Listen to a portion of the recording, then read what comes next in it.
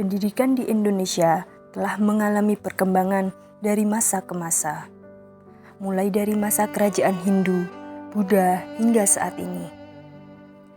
Berikut merupakan rangkuman perjalanan pendidikan di Indonesia.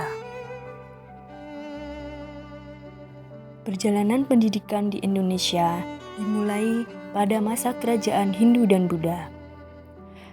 Pendidikan pada saat itu berupa penyebaran agama Hindu-Buddha yang dikelola kaum Brahmana yang bersifat non-formal dengan mendatangkan guru ke istana. Selanjutnya, pendidikan masa kerajaan Islam. Pendidikan pada masa itu berupa dakwah penyebaran agama Islam. Pendidikan masa Portugis.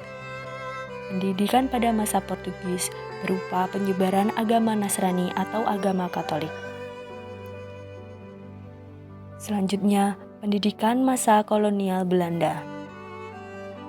Fakta sejarah menunjukkan bahwa terdapat hal-hal yang sangat menarik mengenai pendidikan pada masa itu. Pendidikan zaman kolonial sebelum kemerdekaan Indonesia menjadi langkah awal menuju kesadaran nasional akan pentingnya pendidikan. Namun, di masa itu hanya orang-orang tertentu saja yang bisa mengenyam pendidikan.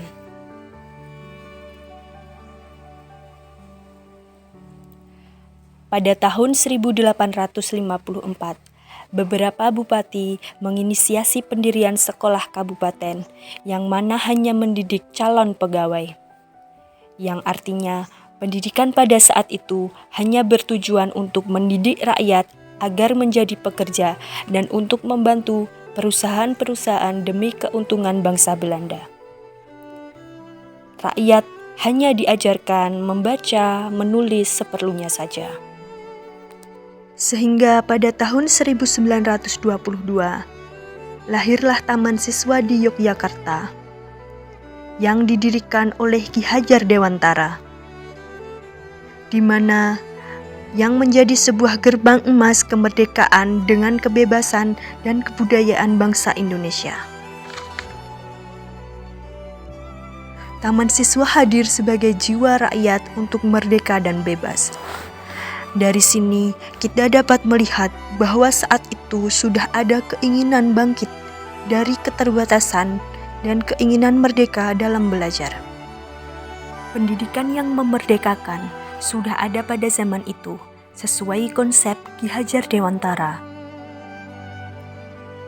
Menurut Ki Hajar Dewantara, pendidikan adalah daya upaya untuk memajukan perkembangan budi pekerti, kekuatan batin, pikiran, intelektualitas, dan jasmani anak-anak. Maksudnya adalah supaya kita dapat memajukan kesempurnaan hidup, yakni kehidupan anak-anak yang selaras dengan alam dan masyarakatnya. Pendidikan bukan hanya berupa mengembangkan diri dari yang tidak bisa menjadi bisa, atau yang tidak memiliki ilmu menjadi berilmu. Akan tetapi juga harus mengedepankan budi pekerti, adab serta kemanusiaan yang berbudi luhur.